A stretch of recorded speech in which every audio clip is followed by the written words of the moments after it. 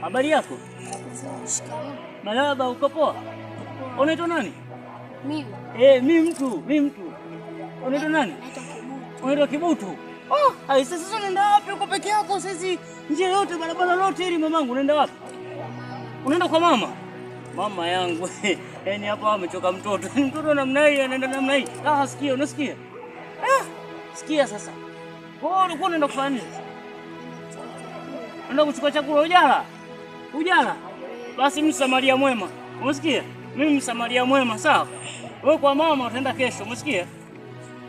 Shika shingapi? Hiyo 5,000.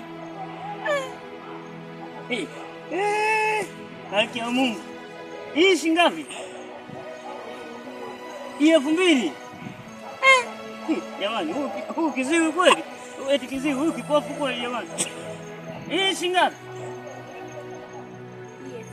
Hiyo 1,000. Jumla nimekupa shingapi? 8,000. Jumla nimekupa 8,000.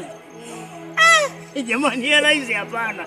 Hano kipofu anazijua hela namna kinusa tu 5,000, akinusa 2,000, akinusa buku kudadadeki. Kweli shetani anakia kujua hela. Hata sikia, unasikia kipofu? Mimi nakupeleka sawa? Nakupeleka. Ila sasa niko natakaje unajua? Unaenda nyumbani umesema? Hebu ngoja twende. Ngoja sasa tulie kwanza. Sio na haraka nakupeleka mimi. Simekupa hela hizo shingapi? Ndio nakupeleka hivyo sawa? Nakupeleka nyumbani. Umenielewa? Nakupeleka wapi? Nyumbani itafahamika kama nyumbani wapi. Wapi? Huko ndo nyumbani. Subiri wewe kipofu uone. Sasa mbona unanifundisha mimi nakupeleka nyumbani? Sasa unaniambia huko, na maana nyumbani unakujua? Huko sio unaenda huko.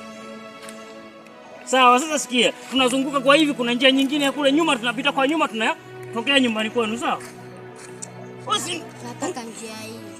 Nimekupa hela. Wewe unadhani hela unaweza kupata kirahisi? Twende bwana ukafanye kazi ya ziada nyumbani, sawa? Ukafanye kazi ya ziada nyumbani kwangu. Wewe kuna kazi ya kuosha vyombo huko. Sio. Twende kuosha vyombo nyumbani. Nyumbani huko sio. Sana ushampa hela tayari. Unafanyaje hapo Mungu wangu? Mambo kujipendekeza.